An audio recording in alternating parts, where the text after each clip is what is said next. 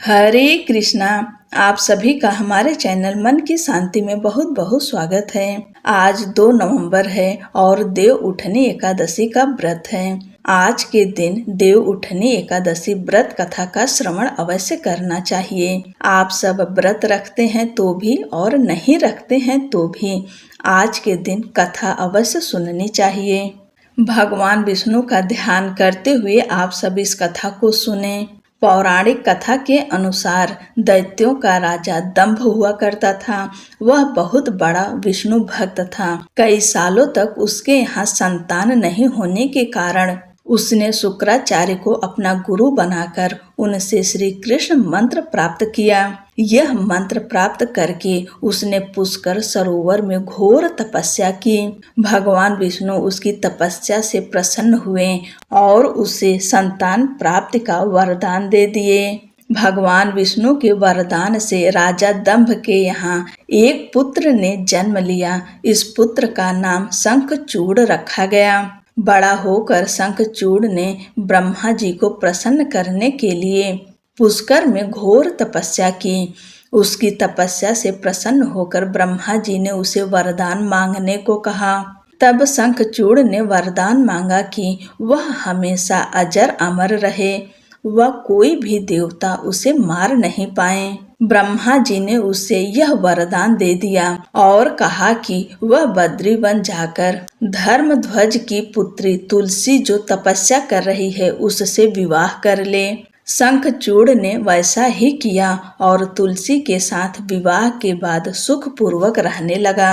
उसने अपने बल से देवताओं, असुरों, दानवों, राक्षसों, गंधर्वों, नागों, किन्नरों, मनुष्यों तथा त्रिलोकी के सभी प्राणियों पर विजय प्राप्त कर ली। वह भगवान श्री कृष्ण का परम भक्त था। शंखचूड़ के अत्याचारों से सभी देवता परेशान होकर ब्रह्मा जी के पास गए और ब्रह्मा जी उन्हें भगवान विष्णु के पास ले गए। भगवान विष्णु ने कहा कि शंखचूड़ की मृत्यु भगवान शिव के त्रिशूल से ही होगी, अतः आप उनके पास जाएं। भगवान शिव ने चित्ररथ नामक गढ़ को अपना दूत बनाकर शंखचूड़ के पास भेजा। चित्ररथ ने शंखचूड़ को समझाया कि वह देवताओं को उनका राज्य लौटा दें, परंतु शंखचूड़ ने मना कर दिया और कहा कि वह महेश्वर से युद्ध करना चाहता है। भगवान शिव को जब यह बात पता चली तो वे युद्ध के लिए अपनी सेना लेकर निकल पड़े। इस तरह देवता और दानवों में घमासान युद्ध हुआ, परंतु ब्रह्मा जी के वरदान के कारण शंखचूड़ को देवता नहीं हरा पाए। भगवान शिव ने शंखचूड़ का वध करने के लिए जैसे ही अपना त्रिशूल उठाया तभी आकाशवाणी हुई कि जब तक शंखचूड़ के हाथ में श्री हरि का कवच है और इसकी पत्नी का सतीत्व अखंडित है, तब तक इसका वध असंभव है। आकाशवाणी सुनकर भगवान विष्णु वृद्ध ब्राह्मण का रूप धारण कर शंखचूड़ के पास गए और उससे श्री हरि कवच दान में मांग लिया। शंखचूड़ ने वह कवच बिना किसी संकोच के दान कर दिया। इसके बाद भगवान विष्णु शंखचूड़ का रूप बनाकर तुलसी के पास गए। शंखचूड़ रूपी भगवान विष्णु ने तुलसी के महल के द्वार पर जाकर अपनी विजय होने की सूचना दी। यह सुनकर तुलसी बहुत प्रसन्न हुई और पति रूप में आए भगवान का पूजन किया व रमण किया। ऐसा करते ही तुलसी का सतीत्व खंडित हो गया और भगवान शिव ने युद्ध में अपने त्रिशूल से शंखचूड़ का वध कर दिया।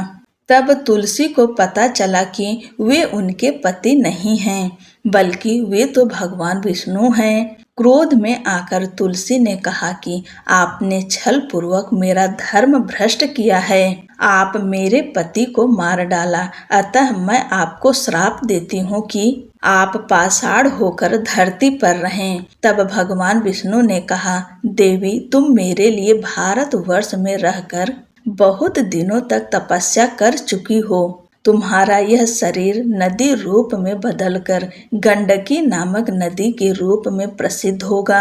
तुम पुष्पों के श्रेष्ठ तुलसी का वृक्ष बन जाओगी और सदा मेरे साथ रहोगी। तुम्हारे श्राप को सत्य करने के लिए मैं पाषाण अर्थात शालिग्राम बनकर रहूंगा। गंडकी नदी के तट पर मेरा वास होगा। देव प्रबोधनी एकादशी के दिन भगवान शालिग्राम व तुलसी का विवाह संपन्न कर मांगलिक कार्यों का प्रारंभ किया जाता है। हिंदू धर्म मान्यताओं के अनुसार इस दिन तुलसी शालिग्राम विवाह करने से अपार पुण्य की प्राप्ति होती है। बोलो शालिग्राम भगवान की जय, तुलसी माता की जय।